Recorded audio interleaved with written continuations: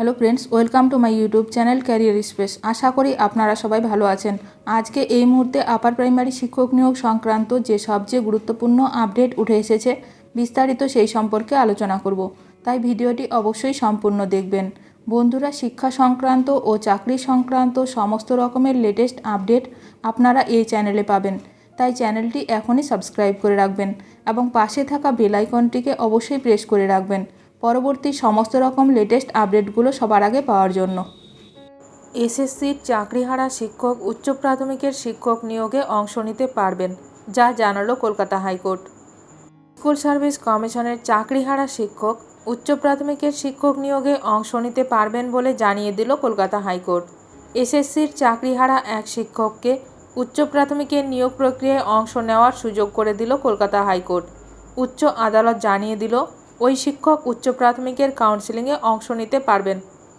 আসলে ওই শিক্ষক একাদশ দ্বাদশ লেভেলে শিক্ষকতা করতেন, যদিও সুপ্রিম কোর্টের নির্দেশ অনুযায়ী তার চাকরি বাতিল হয়েছে। উচ্চ প্রাথমিকের শিক্ষক নিয়োগ প্রক্রিয়ায় উত্তীর্ণ হয়েছিলেন মুক্তি বিশ্বাস, যদিও বেশি সুযোগ সুবিধা থাকায় তিনি একাদশ দ্বাদশ শ্রেণীর শিক্ষকতা বেছে নিয়েছিলেন।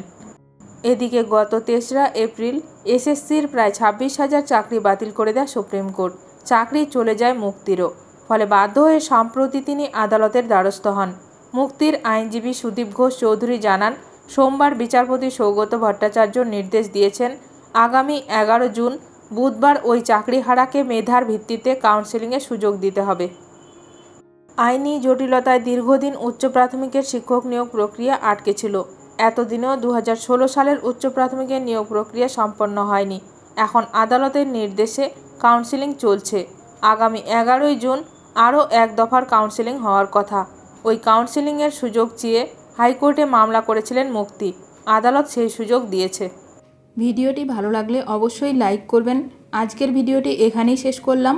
নতুন কোনো আপডেট নিয়ে দেখা হবে নেক্সট ভিডিওতে।